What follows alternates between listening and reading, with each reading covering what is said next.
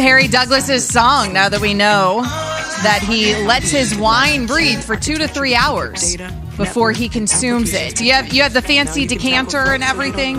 You go through all the steps? Yes. So Very some of the guys I went out to Alaska with, they are actually the people who got me to start drinking wine. When we go to South Africa, we go to Stellenbosch. They know people that own wineries. So shout out to John Bobette and the rest of my crew, Tom Mahoney. There's this place. You're trying to get that free wine sent to you right now. Yeah. So listen, literally there's this place in Stellenbosch called Hempy's. And Hempy is a South African rugby player. Used to be a South African rugby player. Is a legend over there in South Africa. We go there, but it's not your normal winery. You know, eat your cheese and stuff. Hempy cooks like real food for us. It's like a real cookout. And he has wine that he makes in like berries and just writes the date on the side of the bottle and digs up, and we drink that wine and whatnot, and it's amazing. Red wine. You are fancy. Now, I do not think of July 4th as a wine holiday. I mean, I love wine, but I do think of July 4th as more of like a beer kind of day, right? Like Independence Day, the grill's fired up, you're drinking some beer. I'm not even much of a beer drinker. I just feel like that's a bit more fitting for July 4th. I'll probably opt for a little white wine. That's normally my move if other people are drinking beer, but I do feel like July 4th, Independence, America, connotes beer to me for some reason. Also, connoting America to me is getting paid big dollars, right? Because Zion Williamson just did that. Harry Douglas. Now, we don't see Zion play much basketball, okay? But his bank account would suggest otherwise. He just agreed with New Orleans to a 5-year, $193 million maximum rookie extension. With the Pels pending all NBA selections, he could earn as much as $231 million over the course of his contract. It must be nice. Now, Zion Williamson has played just 85 games in 3 NBA seasons because of numerous injuries, including a fractured foot that wiped out his entire 2021-2022 NBA campaign. Harry, is Zion Williamson worth potentially $231 million? I think so, and here's a few reasons why. When you look at the New Orleans Pelicans, you look how everything went down when Anthony Davis, not too long ago, him forcing his way out of New Orleans and wanted to go to the Los Angeles Lakers and then go in there and winning the title. Okay, they were like, okay, what can we get out of this? They got Zion Williamson. Now, has he lived up to the standards of a #1 overall pick? No, he hasn't.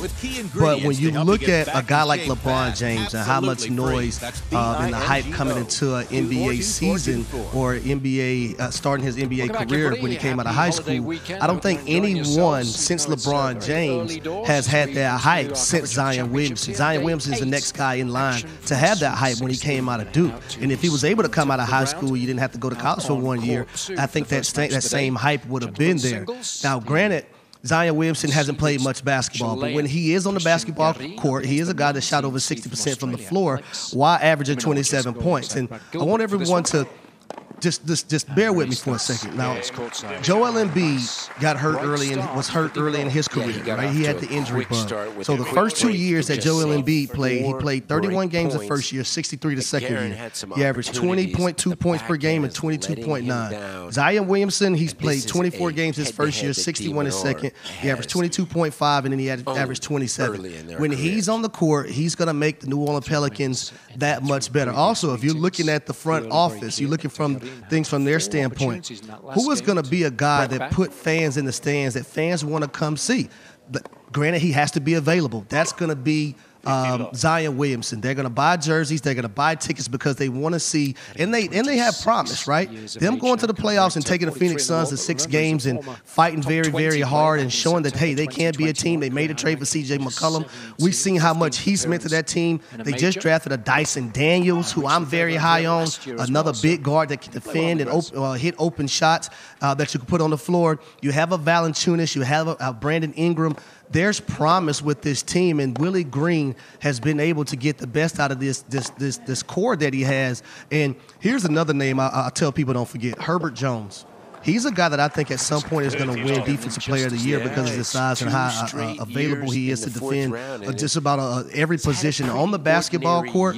So is Zion worth it? Yes, because I think the New Orleans Pelicans are a much better team when he's out there. The key thing is that he has to be out there for them. Well, that's the key. I mean, he's a generational talent, fine. Obviously, the #1 pick out of Duke in 2019. We know what his numbers look like when he's out there. We've seen it in snippets, but snippets ain't enough, Harry Douglas. If you're the Pelicans, you had to do this. You had to do this because, in part, there's the rumors that he didn't want to be in New Orleans, right? And if he does live up to that talent, if he is on the Joel Embiid path, like you mentioned, which is the one guy that you point to in the NBA, you say, hey, major availability issues the first couple years of his NBA career. Also concerns during that time about how good of a shape he was keeping himself in. A lot of that surrounding Zion. And so you hope that he ends up on that same Joel Embiid trajectory where we can talk about him, as the runner-up for MVP back-to-back multiple years like we do now with Embiid. And because of that, if you're the Pelicans, you take this chance. You have to do it.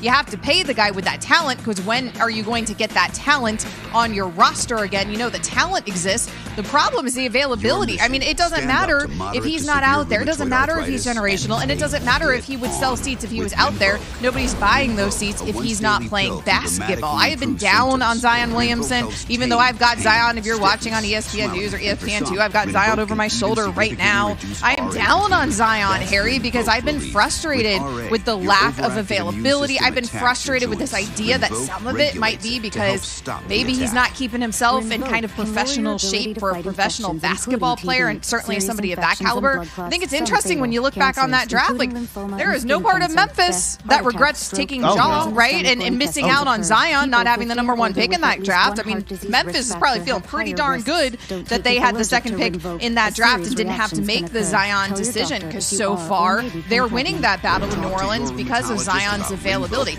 You also, though, had to do this if you're the Pelicans, because they did win the couple play-in games just this past season without Zion. They took the Suns to 6 without Zion. That's a good team, a good little team, it looked like, without Zion. So imagine if Zion's actually on that team. You mentioned Brandon Ingram, assuming they don't trade him away for KD, because that's one of the rumors out there, what it would look like if you brought Kevin Durant into that New Orleans team. I'm not sure KD would want to be in New Orleans, but they're certainly in the mix and in play as well. So with this Zion Williamson story, though, I mean, you had to do it if you're the Pelicans, fine. I don't like anything about it. Like, give me a call when he's actually ready to play basketball and when he's in shape, and then I'll let you know my thoughts on Zion Williamson. Right now, he ain't worth that money, even though I recognize why they had to pony up that level of money. So there's still a ton to unpack. That's one of the things that has happened here during the NBA offseason. Tons has happened during this NBA offseason. But coming up next here on KJM, why one person is expecting a drop-off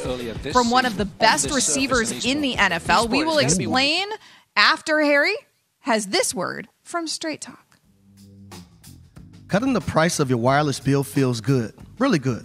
Actually, it feels great. You should try it. So cut your bill by switching to Straight Talk Wireless, now offering $45 Silver Unlimited plan with 5 gigabytes of hotspot, a nationwide 5G on America's largest, most dependable networks. The $45 Silver Unlimited plan from Straight Talk Wireless, no contract, no compromise. A month equals 30 days. See terms and conditions at straighttalk.com.